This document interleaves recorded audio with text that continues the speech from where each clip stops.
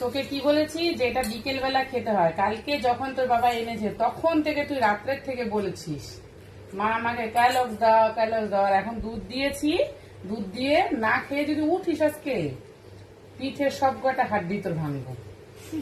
হাসি না, তোকে খাইয়ে উঠতে হবে। হ্যাঁ না হাসলে হবে না, আমি কিচ্ছু বুঝি না। খাবি না আবার, খেতে পারে না। আগেও একবার নিয়ে এসেছি, ও কিছুতেই খেতে পারে না। এটা দুধ দিয়ে মুখে দিলে উটকি করে দেয়, মানে বমি করে দেয়। তা সেই সেম জিনিসই ও ভেবেছে যে কি না কি এনেছি।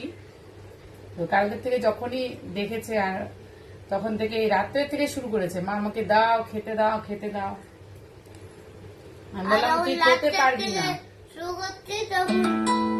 হ্যাঁ ওটা আমি খাই সকালবেলা করে ব্রেকফাস্ট। চকলেট গুলো ফুটে ওগুলা খেয়ে আমার হচ্ছে জ্বর চলে এসেছিল। হ্যাঁ খেতে তো হবেই ওকে। এখন বাজে হচ্ছে 12:30।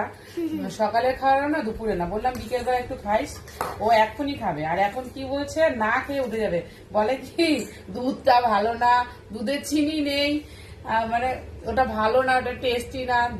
কিন্তু খেতে তোকে হবে, না খেয়ে উঠতে দিব না। এটা কালো গরুর দুধ হোক আর সাদা গরুর দুধ, তোকে খেতেই হবে। না খেয়ে উঠতেই দিব না তোকে। পুরোটা ফিনিশ করবি, তারপরে অল্প দিয়ে